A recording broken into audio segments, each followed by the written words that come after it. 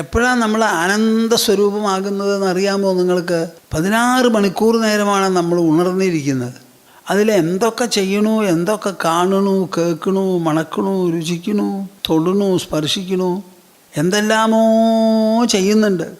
പക്ഷെ ആ ചെയ്തത് കൊണ്ടൊന്നും നമുക്കൊരു സുഖം, സന്തോഷം എന്ന് പറയണതില്ല. എന്നാൽ ഒന്നും ചെയ്യാതെ ഈ 16 മണിക്കൂർ കഴിഞ്ഞതിന് ശേഷം അതിൻ്റെ പകുതി സമയം 8 മണിക്കൂർ കിടന്നുറങ്ങും. കയ്യിൽ വല്ലതും ഉണ്ടെങ്കിൽ അത് താഴത്തെ വീഴും. ഉറങ്ങിക്കഴിഞ്ഞാൽ ഒരു സാധനം വേണ്ട. ഉറങ്ങുന്ന ആൾക്ക് വിശപ്പില്ല, ദാഹമില്ല. അദ്ദേഹത്തിന് ഒരു വസ്തുവും വേണ്ട. പണം വേണ്ട, സ്വർണം വേണ്ട, ഇടം വേണ്ട, കെട്ടിടം വേണ്ട, കല്യാണം വേണ്ട, കാർത്തി വേണ്ട, ഒന്നും വേണ്ട. എങ്ങനെയാണ് കിടന്നുറങ്ങണേ? സുഖമായിട്ട്.